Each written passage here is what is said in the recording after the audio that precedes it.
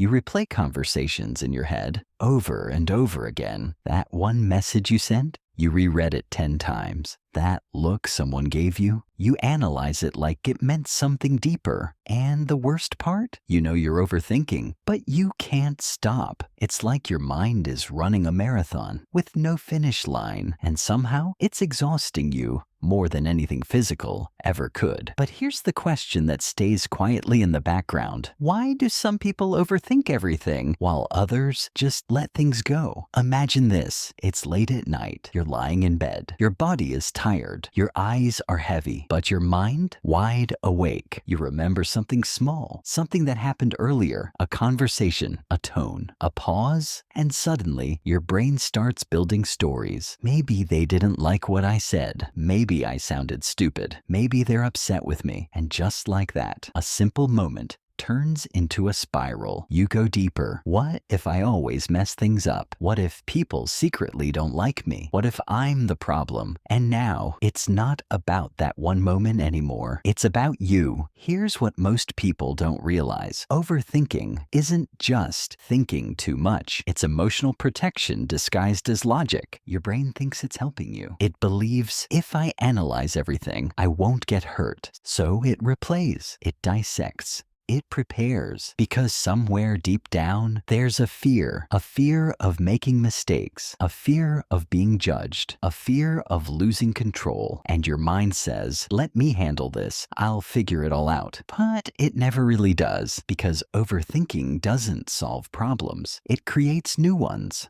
Pause for a second. Think about the last thing you overthought. Not the situation itself, but the feeling behind it. Was it uncertainty? Was it fear of rejection? Or maybe a need to be understood? Take a moment, because that feeling is the real reason your mind didn't let go. People who overthink are often deeply aware. They notice everything: subtle changes in tone, body language, unspoken tension. They read between the lines, even when there's nothing written there. And that sensitivity, it's not a weakness. It means you feel deeply, you care deeply, but it also means you carry more than most people realize.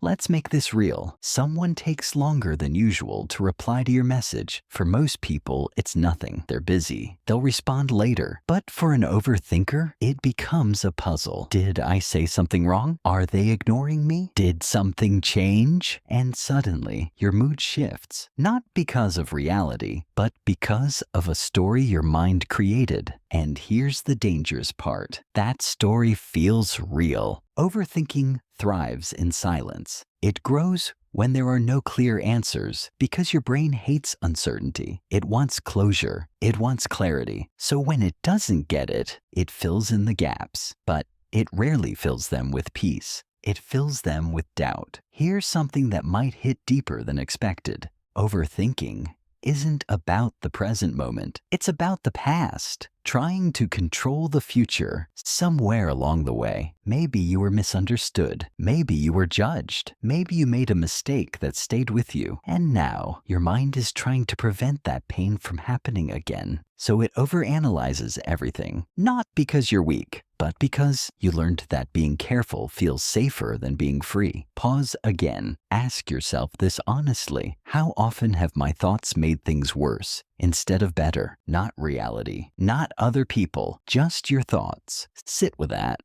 There's a quiet irony here. The more you try to control everything in your mind, the more out of control you feel, because life doesn't work that way. Not everything can be predicted. Not everything can be understood. And not every silence means something is wrong. But overthinking convinces you otherwise.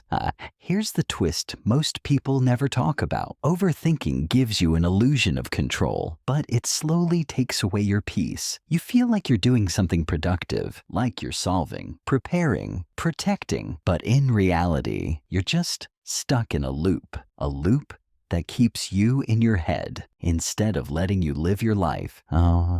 And maybe the real problem isn't that you think too much. Maybe it's that you don't trust yourself enough. You don't trust that you'll handle things if they go wrong. You don't trust that you'll be okay, even if people misunderstand you. So your mind steps in and says, "Let me think for you," but it never knows when to stop. Here's something gentle to hold on to. Not every thought deserves your attention. Not every feeling needs a story. And not every situation needs to be solved. Sometimes peace comes from letting things be unfinished, unanswered, uncontrolled. If you've been overthinking lately, it doesn't mean there's something wrong with you. It means you've been trying to protect yourself in the only way you know how. But maybe it's time to try something different. Not stopping your thoughts completely, not forcing your mind to be quiet, just not believing every thought it gives you.